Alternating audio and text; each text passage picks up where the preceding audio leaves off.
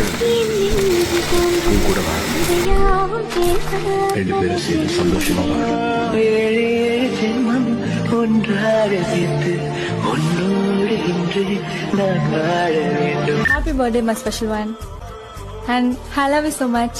கண்ணோடி திறக்கும்